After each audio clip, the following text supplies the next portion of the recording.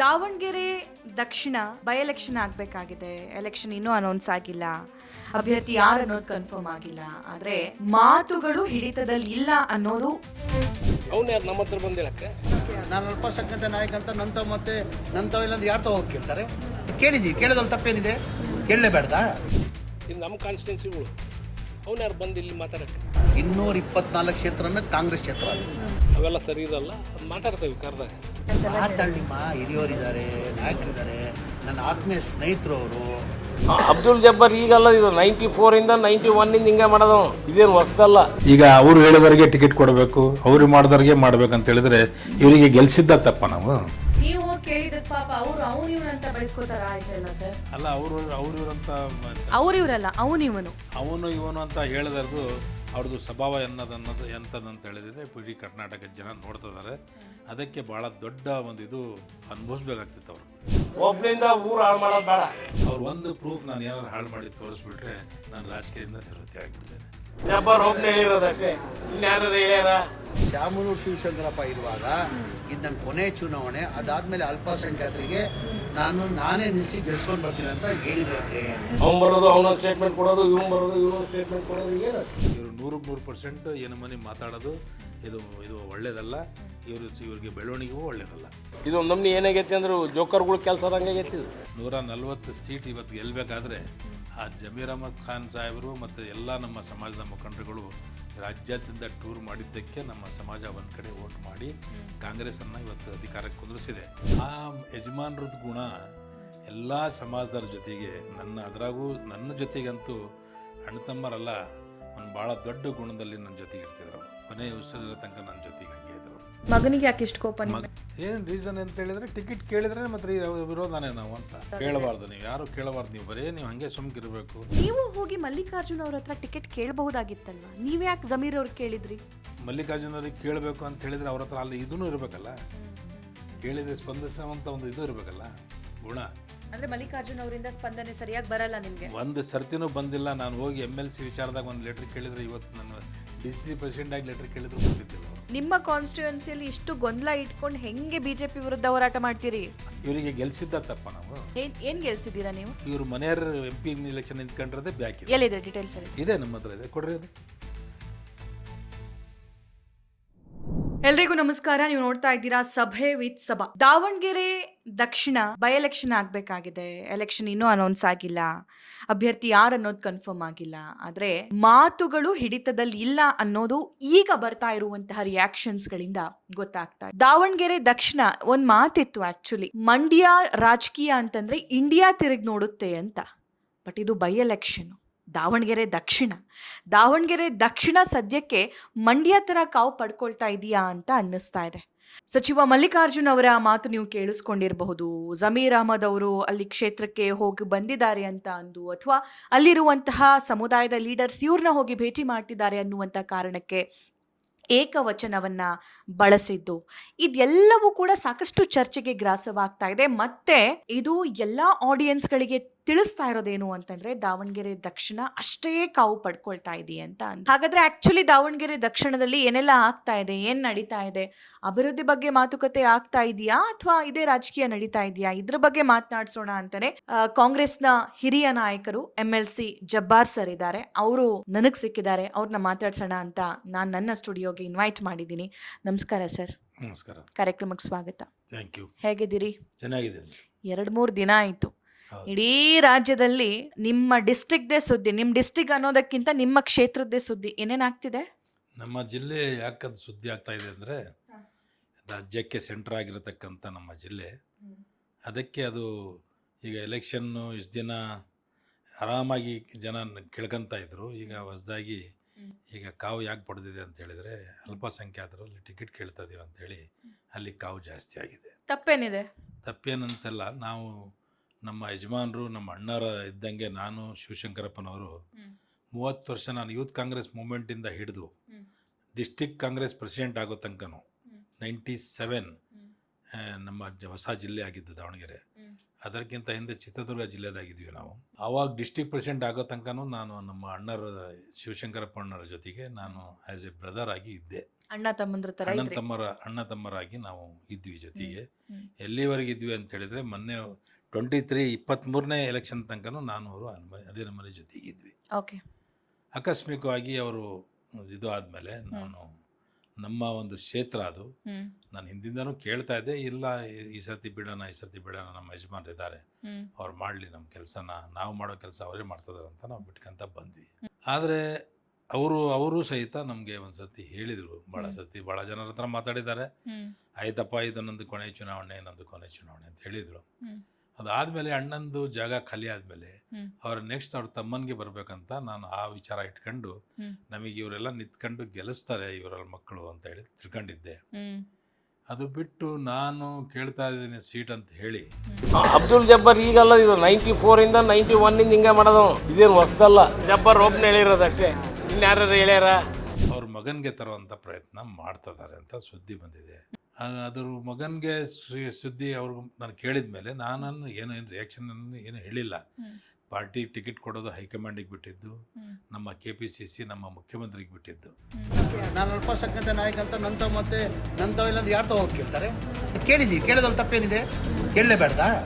ಅಲ್ಲಿ ಅವ್ರ ಮನೆಯಾಗೆ ತಾಯಿ MP, ತಂದೆ ಮಿನಿಸ್ಟರು ಮತ್ತು ಅವ್ರ ಮಗನಿಗೆ ಟಿಕೆಟ್ ಕೊಟ್ಟರೆ ಕಾಂಗ್ರೆಸ್ ಪೂರ ಅವ್ನ ಫ್ಯಾಮಿಲಿಗೆ ಬಿಟ್ಟು ಕೊಡಂಗೆ ಆಗ್ತೈತಿ. ನಾನೇನು ಕೇಳ್ತಿಲ್ಲ ಅಂತಿದ್ದಾರಲ್ಲ ಅವರು. ನೀವು ಕೇಳಂಗಿಲ್ಲ ಅಂತಲ್ಲ, ನಾನು ಈ ಮಾತು ನಿಮಗೆಲ್ಲ ಹೇಳ್ತಾ ಇರೋದು ನಾನು ಹೈಕಮಾಂಡಿಗೆ ಹೇಳ್ತದೇನೆ ಅಂತ ತಿಳ್ಕೊಳ್ರಿ.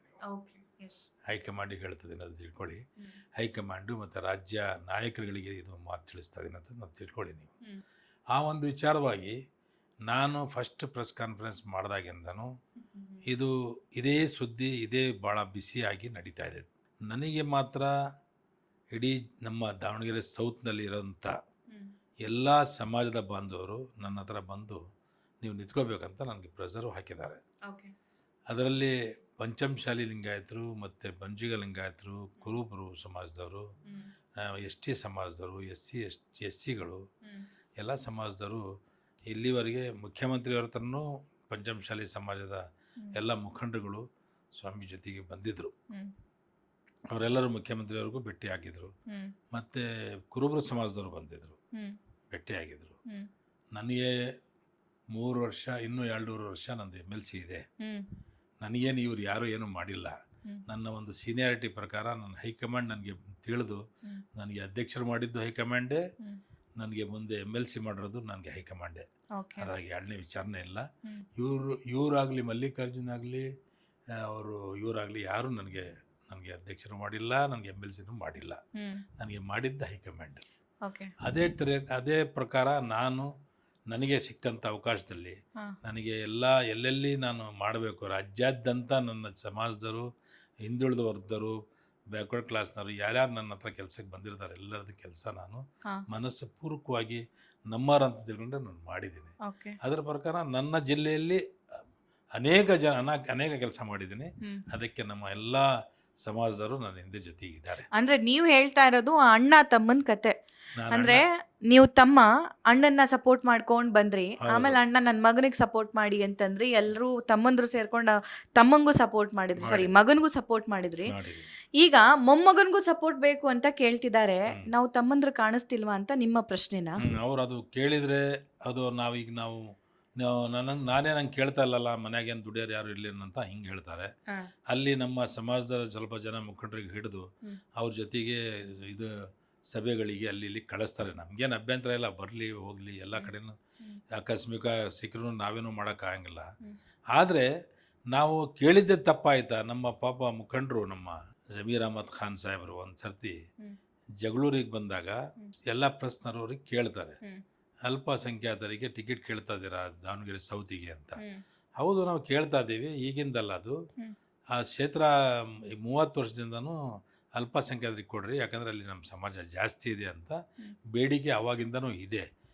ಅವಾಗಿಂದ ಇದ್ರೂ ಸಹಿತ 2-3 ಸರ್ತಿ ಯಜಮಾನರು ಸಹಿತ ಅವ್ರ ಬಾಯಾಗಿ ಬಂದಿದೆ.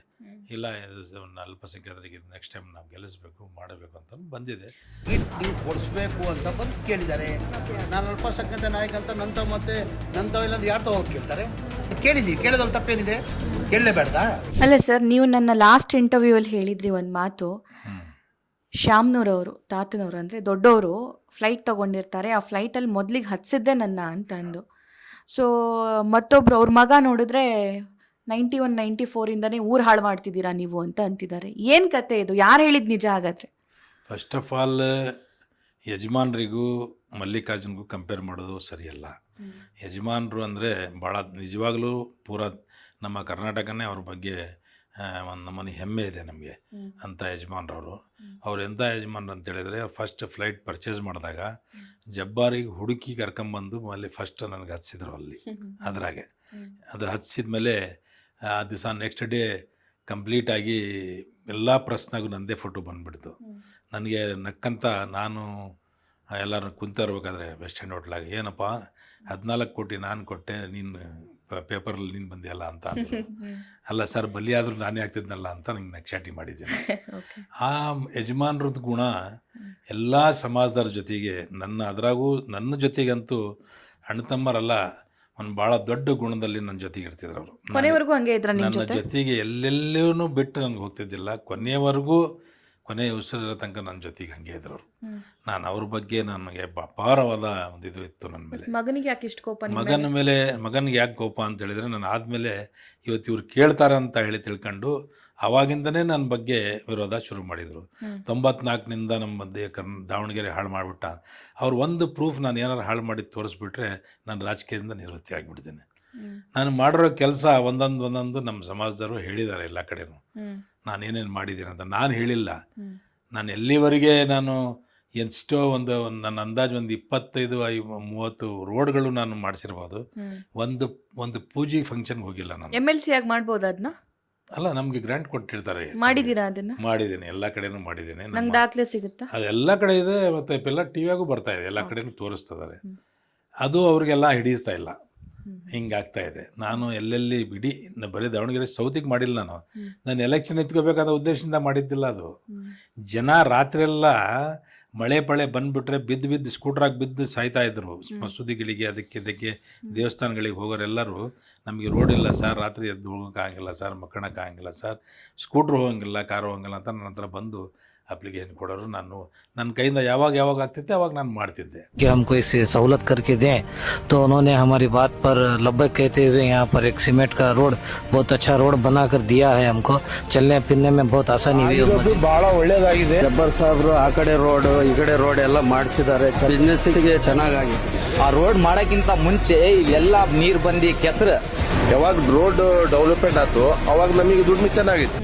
ನಾನು ಯಾವುದು ಎಲ್ಲ ದೇವಸ್ಥಾನಗಳದ್ದು, ಮಸೂದಿಗಳಿಗೆ ಎಲ್ಲ ಕಡೆನೂ ಬಂದು ಕಬ್ರಸ್ಥಾನಗಳಿಗೆಲ್ಲ ನನ್ನ ಹತ್ರ ಕೇಳ್ಕೊಳ್ಳೋರು. ಯಾಕಂದರೆ ಇವರೆಲ್ಲ ಯಾರು ಏನು ಇದು ಮಾಡ್ತಿದ್ದಿಲ್ಲದಕ್ಕೆ ನಾನೇ ಲೀಡಿಂಗ್ ತೊಗೊಂಡು ಮಾಡ್ತಿದ್ದೆ. ಬೇರೆ ಕಾನ್ಸ್ಟಿಟ್ಯೂನ್ಸಿಯವರು ಬರ್ತಿದ್ರು ನನ್ನ ಹತ್ರ.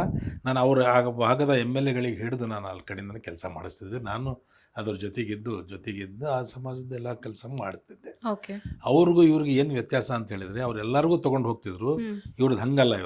ಇವ್ರ ಜೊತೆಗೆ ಇವ್ರು ಹೇಳ್ದಂಗೆ ಹ್ಞೂ ಯಾರು ಅಂತಾರೆ, ಅವ್ರದ್ದು ಮಾತು ಕೇಳ್ಕೊಂತ ಇವ್ರು ನಮಗೆ ದೂರ ಮಾಡ್ಕೊಂತ ಬಂದಿದ್ದೆ, ಬೇರೆ ಏನಿಲ್ಲ. ಅಂದರೆ ನಿಮ್ಮ ಮೇಲೆ ಅಗೇನ್ಸ್ಟ್ ಆಗೋದಕ್ಕೆ ಅಥವಾ ನಿಮ್ಮ ಮೇಲೆ ಇಷ್ಟೊಂದು ಕೋಪ ಸಾಧಿಸೋದಕ್ಕೆ ಏನು ರೀಸನ್ ಅಂತ ಹೇಳಿದರೆ, ಟಿಕೆಟ್ ಕೇಳಿದ್ರೆ ಮತ್ತೆ ವಿರೋಧನೇ ನಾವು ಅಂತ. ಟಿಕೆಟ್ ಕೇಳಬಾರ್ದು, ನೀವು ಯಾರು ಕೇಳಬಾರ್ದು. ನೀವು ಬರೀ ನೀವು ಹಂಗೆ ಸುಮ್ಕಿರಬೇಕು, ನೀವು ಹಿಂಗೆ ಇಡಬೇಕು. ಮತ್ತು ಒಂದೊಂದು ಸರ್ತಿ ಬಾಯಾಗ ಬಂದು ಎಲ್ಲೆಲ್ಲಿ ಮಾತಾಡ್ತಾರೆ, 94 ಈಗ ತನಕ ಕೆಡಿಸಿದ್ರೆ ಅಂತ ಹೇಳಿಬಿಡಲಿ. ಮೂರು ಟರ್ಮ್ 10 ವರ್ಷ, ನಾನು 10ರಿಂದ 12 ವರ್ಷ ನಾನು ಡಿಸ್ಟಿಕ್ ಕಾಂಗ್ರೆಸ್ ಪ್ರೆಸಿಡೆಂಟ್ ಇದ್ದೆ. 2ರಿಂದ 3 ಎಲೆಕ್ಷನ್ ಮಾಡಿದ್ದೀನಿ. ಅಸೆಂಬ್ಲಿವು ಪಾರ್ಲಿಮೆಂಟ್ನ ಎಲೆಕ್ಷನ್ಗಳು ಮಾಡಿದ್ದೀನಿ. ಆವಾಗ ನಾನು ಚೆನ್ನಾಗಿ ಕಾಣ್ತಾ ಇದ್ದೆ. ಈಗ ನಾನು ನಿಮಗೆ ಹಾಳು ಮಾಡೋದನ್ನ ಕಾಣ್ತಿದ್ದೀನಿ. ದಯವಿಟ್ಟು ಮಲ್ಲಿಕಾರ್ಜುನ್ ಸಾಹೇಬರು ಎಲ್ಲೆಲ್ಲಿ ಹಾಳು ಮಾಡಿದಾನಂತ ತೋರಿಸ್ಬಿಟ್ರೆ ರಾಜಕೀಯದಿಂದ ನಿವೃತ್ತಿ ಆಗ್ತೀನಿ. Right sir. ನಾನು ಇನ್ನೊಂದು ಪ್ರಶ್ನೆ ಕೇಳಬೇಕು ನಿಮಗೆ. ಹಾಳು ಮಾಡಿದ್ದು ಅಥವಾ ಅವ್ರ ತಂದೆ ಜೊತೆ ಸಂಬಂಧ ಚೆನ್ನಾಗಿದ್ದಿದ್ದು ಅದೆಲ್ಲ ಓಕೆ. ಈಗ ರಾಜಕೀಯ ಪ್ರಸ್ತುತ ಏನಿದೆಯೋ ಅದನ್ನು ನಡೀತಾ ಇದೆ, ಆ ಸ್ಟೇಟ್ಮೆಂಟ್ಸ್ಗಳು ಬರ್ತಾ ಇದೆ. ಬಟ್ ನೀವು ಹೋಗಿ ಮಲ್ಲಿಕಾರ್ಜುನ್ ಅವ್ರ ಹತ್ರ ಟಿಕೆಟ್ ಕೇಳಬಹುದಾಗಿತ್ತಲ್ವಾ? ನೀವು ಯಾಕೆ ಜಮೀರ್ ಅವ್ರಿಗೆ ಕೇಳಿದ್ರಿ? ನಾನು ಜಮೀರವ್ರಿಗೂ ಕೇಳಿಲ್ಲ, ನನ್ನ ಬೇರೆ ಯಾರಿಗೂ ಕೇಳಿಲ್ಲ. ನಮ್ಮ ಅಂದ್ರೆ ನೀವಂದ್ರೆ ನೀವಷ್ಟೇ ಅಲ್ಲ, ಸಮುದಾಯ. ಸಮುದಾಯದವರು ಕರೆಕ್ಟ್. ಸಮುದಾಯದವರು ಎಲ್ಲರೂ ಹೋಗಿ ಕೇಳ್ತಾರೆ. ಈಗ ನಾನು ಹೆಂಗೆ ಅನ್ನೋದು ನನಗಲ್ಲ, ಮಲ್ಲಿಕಾರ್ಜುನ್ ಖರ್ಗೆ ಸಾಹೇಬ್ರಿಗೂ ಗೊತ್ತು. ನಾನು ಶಿವಶಂಕರಪ್ಪ ಹೆಂಗಿರ್ತಿದ್ವಿ, ನಾವು ಅವ್ರು ಹೆಂಗೆ ಅನ್ನೋದು ನಮ್ಮ ಹಿರಿಯ ನಾಯಕರು ಎಷ್ಟು ಜನ ಅದಾರಲ್ಲ, ಇನ್ಕ್ಲೂಡಿಂಗ್ ಮುಖ್ಯಮಂತ್ರಿ DK ಶಿವಕುಮಾರ್, ಆಲ್ಮೋಸ್ಟ್ ಆಲ್ ಎಷ್ಟು ಜನ ಲೀಡರ್ಸ್ ಇದ್ದಾರೆ, ಆಲ್ಮೋಸ್ಟ್ ಆಲ್ ಜನಕ್ಕೆ ಗೊತ್ತು ನಾನು ನಮ್ಮ ಶಾಮನೂರು ಶಿವಶಂಕರಪ್ಪಾಜಿಯವರು ಹೆಂಗಿದ್ವಿ ಅಂತ. ಈಗ ಅವ್ರಿಗೆ ಕೇಳಬೇಕು, ಮಲ್ಲಿಕಾರ್ಜುನ್ ಅವ್ರಿಗೆ ಕೇಳಬೇಕು ಅಂತ ಹೇಳಿದರೆ ಅವ್ರ ಹತ್ರ ಅಲ್ಲಿ ಇದೂ ಇರಬೇಕಲ್ಲ, ಕೇಳಿದರೆ ಸ್ಪಂದಿಸುವಂಥ ಒಂದು ಇದು ಇರಬೇಕಲ್ಲ, ಗುಣ, ದೊಡ್ಡತನ. ಅಂದ್ರೆ ಮಲ್ಲಿಕಾರ್ಜುನ್ ಅವರಿಂದ ಸ್ಪಂದನೆ ಸರಿಯಾಗಿ ಬರಲ್ಲ ನಿಮ್ಗೆ? ಒಂದು ಸರ್ತಿನೂ ಬಂದಿಲ್ಲ. ನಾನು ಹೋಗಿ MLC ವಿಚಾರದಾಗ ಒಂದು ಲೆಟ್ರ್ ಕೇಳಿದ್ರೆ, ಇವತ್ತು ನಾನು DCC ಪ್ರೆಸಿಡೆಂಟ್ ಆಗಿ ಲೆಟ್ರ್ ಕೇಳಿದ್ರು ಕೊಟ್ಟಿದ್ದಿಲ್ಲ ಅವರು. ಈಗ ಹೇಳ್ತಾ ಇದ್ದೀನಿ, ಅವ್ರ ತಂದೆ ಹಂಗಿದ್ರಲ್ಲ, ಅವ್ರ ತಂದೆಯರಿದ್ರೆ ಇವ್ರು ಡಿಸ್ಟ್ರಿಕ್ಟ್ ಪ್ರೆಸಿಡೆಂಟ್ ಮಿನಿಸ್ಟರ್ ಇದ್ರಲ್ಲ, ಇವ್ರಿಗೆ ಹೋಗಿ ನಮ್ಗೆ ಒಂದು ಇದು ಮಾಡಿರಿ, ಈ ಸರ್ತಿ ನಾನು MLC ಆಗ್ಬೇಕಂತ ಹೇಳಿದ್ರೆ ನೋಡ್ತೀನಿ ಅಂತ ಹಂಗೆ ಕಳೆದುಬಿಟ್ರು. ನನಗೆ MLC ಆಗೋಕ್ಕೂ ಅವ್ರು ಒಂದು ಲೆಟರ್ ತನಕನೂ ಕೊಟ್ಟಿಲ್ಲ ಅವರು. ಓಕೆ, ಈಗ ನಿಮ್ಗೆ ಸಮುದಾಯಕ್ಕೇ ಟಿಕೆಟ್ ಫಿಕ್ಸ್ ಅನ್ನೋದಾದ್ರೆ ಅವ್ರು ಹೇಳ್ದವ್ರಿಗೆ ಟಿಕೆಟ್ ಕೊಡ್ತಾರೆ ಅಂತಿದ್ದಾರಲ್ಲ, ಏನಿದು? ನಮಗೆ ಮತ್ತು ಅವ್ರು ಹೇಳ್ದಂಗೆ ಕೊಡಂಗಿದ್ರೆ ಮತ್ತೆ ನಮ್ಮ ಲೀಡರ್ಶಿಪ್ ಯಾಕಿರಬೇಕು? ನಮ್ಮ ಒಂದು ಅಲ್ಪಸಂಖ್ಯಾತರ ಲೀಡರ್ಶಿಪ್ಪು ಯಾಕಿರಬೇಕು? ಮತ್ತು ಅವರು ಯಾವ್ದಾರು ಒಂದು ಯಾರೋ ಆಗಿಲ್ದಾನಿಗೆ ಟಿಕೆಟ್ ಕೊಡಿಸಿ ಆ ಜಾಗ ಖಾಲಿ ಇಟ್ಕೊಂಡು ನೆಕ್ಸ್ಟ್ ಟೈಮ್ ನಾನು ಈ ಕಡೆ ಬಂದು ನಿಂತ್ಕೋಬೇಕಂತ ಅವ್ರ ತಲೆಯಾಗಿದೆ.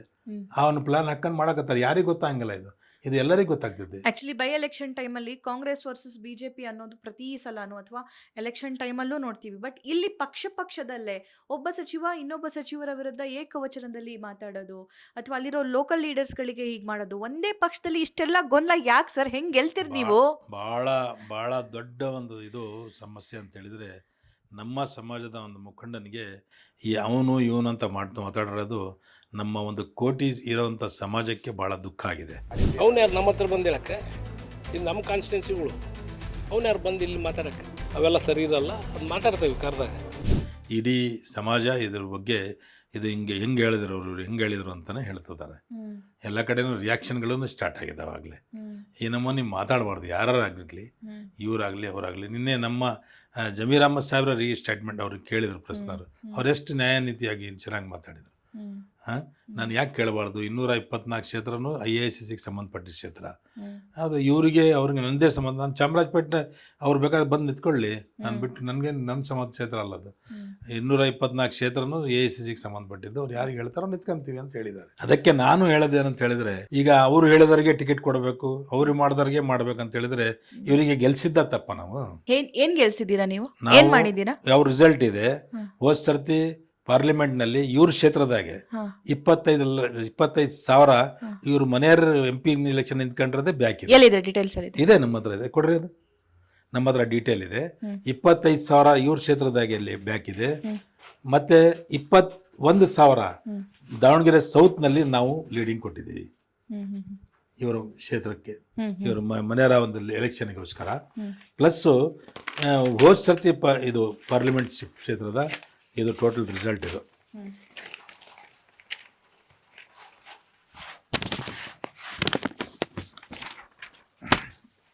ಇದು 24,998. ದಾವಣಗೆರೆ ನಾರ್ತ್ ಅಲ್ಲಿ, ಉತ್ತರದಲ್ಲಿ 40% ವೋಟ್ ತಗೊಂಡ್ರೆ ದಕ್ಷಿಣದಲ್ಲಿ 54.61% ಆಗಿದೆ. ಇದೆಲ್ಲ ನಿಮ್ಮ ಯೋಗದಾನ. 91 ಇಂದ ಹಾಳು ಮಾಡಿಟ್ಟಿದ್ರಂತೆ ಕ್ಷೇತ್ರ. ಏನ್ ಸರ್ ಹಾಳು ಮಾಡಿದ್ದೀರಿ? ಇವ್ರ ಖುದ್ದು ಕಾನ್ಸ್ಟಿಟ್ಯೂನ್ಸಿಯಲ್ಲಿ 24,988 ಅಂದ್ರೆ 25,000 BJP ಲೀಡ್ ಇದೆ. ಇವ್ರ ಖುದ್ದು ಕಾನ್ಸ್ಟಿಟ್ಯೂನ್ಸಿಯಲ್ಲಿ ನಾವು ಮನೆ ಹಾಳು ಮಾಡಿರೋದು. ಗೆಲ್ಸಿರೋದೇ ಮನೆ ಹಾಳು ಮಾಡಿದ್ದು. ಗೆಲ್ಸಿರೋದು ನಾವು ಮನೆ ಹಾಳು ಮಾಡಿದ್ದೀವಿ. ಆ ನಮೂನಿ ನಾವು ಮಾಡಿದ್ದಕ್ಕೆ ಹೋದ್ ಸತಿ ಪಾರ್ಲಿಮೆಂಟು ಗೆದ್ದಿರೋದು. ಮತ್ತು ಇಡೀ ಜಿಲ್ಲೆದಾಗೆ ನಮ್ಮ 3 ಲಕ್ಷ ಚಿಲ್ಲರ ಓಟ್ ಅದಾವಲ್ಲಿ. ಇಡೀ ಜಿಲ್ಲೆದಾಗೆ ನಮ್ಮ 3 ಲಕ್ಷ ಓಟ್ ಅದಾವೆ. ಅದರಲ್ಲಿ 88,000 ಇಲ್ಲಿ ಸೌತ್ನಾಗಿರೋದು, 40,000 ರಿಂದ 50,000 ನಾರ್ತ್ನಾಗಿದಾವೆ ನಮ್ಮ ಓಟು. ಅಲ್ಲಿ ಇತ್ಕೊಂಡು 24,000 25,000 ಲೀಡಿಂಗ್ ಬ್ಯಾಕ್ ಇದೆ, BJP ಲೀಡಿಂಗ್ ಇದೆ. ಇಡೀ ಈ ದಾವಣಗೆರೆ ಲೋಕಸಭಾ ಕಾನ್ಸ್ಟಿಟ್ಯೂನ್ಸಿ ನಾವು ತಗೊಂಡ್ರೆ ಅತಿ ಹೆಚ್ಚು ಓಟ್ ಬಿದ್ದಿರೋದು ದಾವಣಗೆರೆ ಸೌತ್ ಅಲ್ಲಿ ನೀವು ಟಿಕೆಟ್ ಕೇಳಿದ್ದೆ ಇಷ್ಟೆಲ್ಲ ಮಾತುಗಳಿಗೆ ಕಾರಣ ಆಯ್ತು ಅಂತ ಅನಿಸ್ತಾ ಅದು ಇದೆ. ಟಿಕೆಟ್ ನನ್ನ ಇನ್ನೊಂದು ಪ್ರಶ್ನೆಗೆ ಉತ್ತರ ಕೊಡ್ಲೇ ಇಲ್ಲ ಜಬ್ಬಾರ್ ಸರ್. ನೀವು ನಿಮ್ಮ ಕಾನ್ಸ್ಟಿಟ್ಯೂನ್ಸಿಯಲ್ಲಿ ಇಷ್ಟು ಗೊಂದಲ ಇಟ್ಕೊಂಡು ಹೆಂಗೆ ಬಿಜೆಪಿ ವಿರುದ್ಧ ಹೋರಾಟ ಮಾಡ್ತೀರಿ? ಅಲ್ಲಿ ನನ್ನ ಒಂದು ರಿಕ್ವೆಸ್ಟ್ ಎಲ್ಲ ಹೈಕಮಾಂಡಿಗೂ ಮತ್ತು KPCC ಅವರಿಗೂ ಮುಖ್ಯಮಂತ್ರಿಯವರಿಗೂ, ಆ ದಾವಣಗೆರೆ ಸೌತಿನಲ್ಲಿ ಇರೋಂಥ ವೋಟರ್ಸ್ಗಳಲ್ಲಿ 4 ಸಮಾಜ ಇದಾವೆ ಮೇನು. ಒಂದು ಬಣಜಿಗರ SC, ಈ ಬಣಜಿಗ ಮತ್ತು ಪಂಚಮಶಾಲಿ ಲಿಂಗಾಯತ ಸಮಾಜ ಇದೆ, ಕುರುಬರು ಸಮಾಜ ಇದೆ, ನಾಯಕರ ST ಸಮಾಜ ಇದೆ, SC ಸಮಾಜ ಇದೆ. ಈ 4 ಸಮಾಜದ ಮುಖಂಡರುಗಳಿಗೆ ಕರೆಸ್ಕೊಂಡು ತಾವು ಕೇಳ್ಕೊಂಡು ತಾವು ಟಿಕೆಟ್ ಕೊಡಿ, ನನಗೆ ಕೊಡ್ಬೇಕಂತಂತಲ್ಲ. ಅವರೆಲ್ಲರೂ ಒಪ್ಪಿ ಹೌದು ನೀವು ನಿಂತ್ಕೊಡ್ರಿ, ನಾವು ನಿಮಗೆ ಸಪೋರ್ಟ್ ಮಾಡ್ತೀವಿ, ಜಬ್ಬಾರ್ ಸಾಬ್ರಿಗೆ ಕೊಡ್ರಿ ಅಂದರೆ ಕೊಡ್ರಿ. ಇನ್ ಕೇಸ್ ನಿಮಗೆ ಟಿಕೆಟ್ ಅನೌನ್ಸೇ ಆಯ್ತು ಅಂತ ಅನ್ನೋದಾದ್ರೂ ಇವರು ಮಲ್ಲಿಕಾರ್ಜುನ್ ಅವರ ವಿರೋಧ ಕಟ್ಕೊಂಡು ಗೆಲ್ತೀರಾ ಅಂತ ಅನ್ಸುತ್ತಾ? ಅವ್ರು ಹೆಂಗೆ ವಿರೋಧ ಹೆಂಗೆ ಮಾಡ್ತಾರೆ? ಪಾರ್ಟಿ ಅಲ್ವಾ ಅದು, ನಮ್ಮ ಪಾರ್ಟಿ ಅಲ್ಲ ಅದು, ಅದು ಹೆಂಗೆ ವಿರೋಧ ಮಾಡ್ತಾರೆ? ಸರಿ ಹೋಗುತ್ತೆ ಅಲ್ಲ ಮತ್ತೆ ಹೆಂಗೆ ಸರಿ ಹೋಗಂಗಿಲ್ಲ. ಎಲ್ಲ ಕಡೆನೂ ಮತ್ತೆ ಕೇಳೋರು ಇದ್ದೇ ಇರ್ತಾರೆ, ವಿರೋಧ ಮಾಡೋರು ಇದ್ದೇ ಇರ್ತಾರೆ. ಮತ್ತೆ ವಿರೋಧ ಮಾಡಿದವರು ಲಾಸ್ಟಿಗೆ ಜೊತೆಗೆ ಕಾಂಗ್ರೆಸ್ಸಿಗೆ ಬರಲೇಬೇಕಲ್ಲ. ಸರಿ ಸರ್, ಫೈನಲಿ ನೀವು ಜಮೀರ್ ಅವ್ರಿಗೆ ಮತ್ತೆ ಮಲ್ಲಿಕಾರ್ಜುನ್ ಅವ್ರಿಗೆ ಏನು ಹೇಳ್ತೀರಿ? ಜಮೀರ್ ಅವರು ನಮ್ಮ ನಾಯಕರು, ನಮ್ಮ ಇಡೀ ಸಮಾಜಕ್ಕೆ ನಾಯಕರು.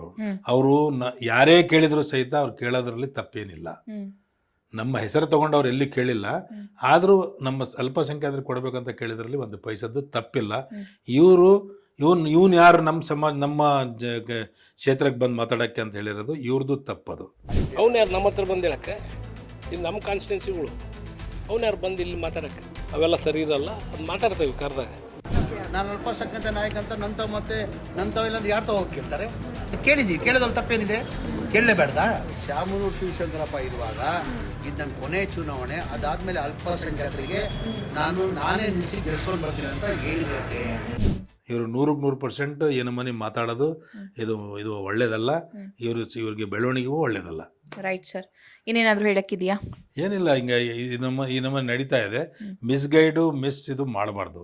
ಯಾರಾಗಿರಲಿ ಎಲೆಕ್ಷನ್ನಲ್ಲಿ ಫ್ರೆಂಡ್ಶಿಪ್ ಆಗಿ ಗೆಲ್ಲೋವಂಥ ಎಲ್ಲ ಸಮಾಜದವರು ಜೊತೆಗೆ ತಗೊಂಡು ಗೆಲ್ಲೋವಂಥ ಪ್ರಯತ್ನ ನಾವು ಮಾಡ್ತಾ ಇದ್ದೀವಿ. ಇವತ್ತು ತನಕ ಎಲ್ಲಿಯೂ ನಮ್ಮ ಜಿಲ್ಲೆಯಲ್ಲಿ, ನಮ್ಮ ಅಲ್ಪಸಂಖ್ಯಾತರಿಗೆ ನಮ್ಮ ಜಿಲ್ಲೆಯಲ್ಲಿ ಅಂತಲ್ಲ, ಬೆಳಗಾಂ ಬಿಟ್ಟರೆ ಅಪ್ ಟು ಬೆಂಗಳೂರು ತನಕನೂ ಯಾರು ನಮ್ಮ ಸಮಾಜದವ್ರು ಇಲ್ಲ. ಸೆಂಟರ್ ಆಫ್ ದಿ ದಾವಣಗೆರೆ ಆಗಿರೋದ್ರಿಂದ ದಾವಣಗೆರೆ ಸೌತ್ನಲ್ಲಿ ಯಾವುದೇ ಕಾರಣಕ್ಕೆ ಅಲ್ಪಸಂಖ್ಯಾತರಿಗೆ ಅವಕಾಶ ಮಾಡಿಕೊಡ್ಬೇಕು. ಮತ್ತು ಅಲ್ಲಿ ಒಂದು ಸರ್ತಿ ಮಾಡಿಕೊಟ್ರೆ ನಾವೆಲ್ಲ ಸಮಾಜದವ್ರ ಜೊತೆಗೆ ತೊಗೊಂಡು ಎಲೆಕ್ಷನ್ ಗೆಲ್ಲುವಂಥ ಪ್ರಯತ್ನ ಮಾಡ್ತೀವಿ. Well sir, thank you so much. All the very best ನಿಮಗೆ. Thank you very much. ಇದು MLC ಜಬ್ಬಾರ್ ಅವರ ಮಾತಾಗಿತ್ತು. ಯಾಕೆ ಅವ್ರನ್ನೇ ನಾನು ಚೂಸ್ ಮಾಡಿಕೊಂಡೆ ಅಂತಂದರೆ, ಇನ್ಚಾರ್ಜ್ ಮಿನಿಸ್ಟರ್ ಮಲ್ಲಿಕಾರ್ಜುನ್ ಅವರೇನಿದ್ದಾರೆ ಅವರೊಂದು ಸ್ಟೇಟ್ಮೆಂಟ್ ಕೊಡ್ತಾರೆ. 91ರಿಂದ 94ರಿಂದ ಅವರಿಂದನೇ ಕಾನ್ಸ್ಟಿಟ್ಯೂನ್ಸಿ ಹಾಳಾಯಿತು ಅನ್ನೋದು, ಮತ್ತೊಂದು ಜಮೀರ್ ಅವರ ಬಗ್ಗೆ, ಮತ್ತೊಂದು ಕಾಂಗ್ರೆಸ್ ಪಕ್ಷದಲ್ಲೇ ಇಷ್ಟೆಲ್ಲ ವಿರೋಧಗಳಿದ್ರೆ ಏನು ಮಾಡೋಕ್ಕಾಗುತ್ತೆ, ಇವರೆಲ್ಲ ಹೇಗೆ ಗೆಲ್ತಾರೆ ಅನ್ನುವಂತಹ ಸಾಕಷ್ಟು ಕ್ವೆಶನ್ಸ್ ಜನ ಕೂಡ ಮಾಡ್ತಾ ಇದ್ರು. ಇದು BJPಗೆ ಆಹಾರ ಕೂಡ ಆಗಿತ್ತು.